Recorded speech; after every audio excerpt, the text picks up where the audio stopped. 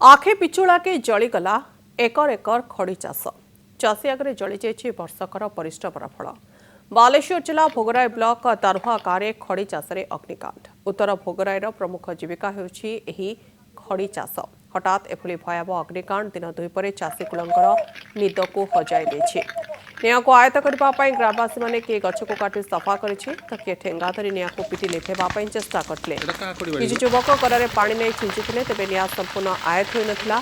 सेपटे अग्निशम विभाग को खबर दि जाइए घटनास्थल में पहुंचबार विलंब होता।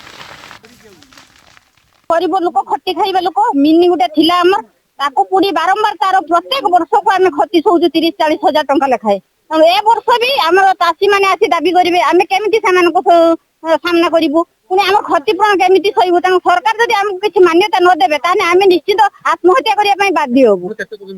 आमे 2 एकर हमर 15 एकर जमी चाष होइदिला हेनु 3 एकर बाखा बाखी होबो पुडी नष्ट होइजि लोक पर जमी आमे चाष करि खाऊ पुनी खड़ी चाष उपर आमे निर्भर परिवार पिला छुआ पाठ पढ़ा सब किछि आमे निर्भर करू। तेणु आमे जदि किछि क्षतिपूरण न पाइबु ताने आमे केमिति आगो चली संसार प्रतिपोषण करिवु।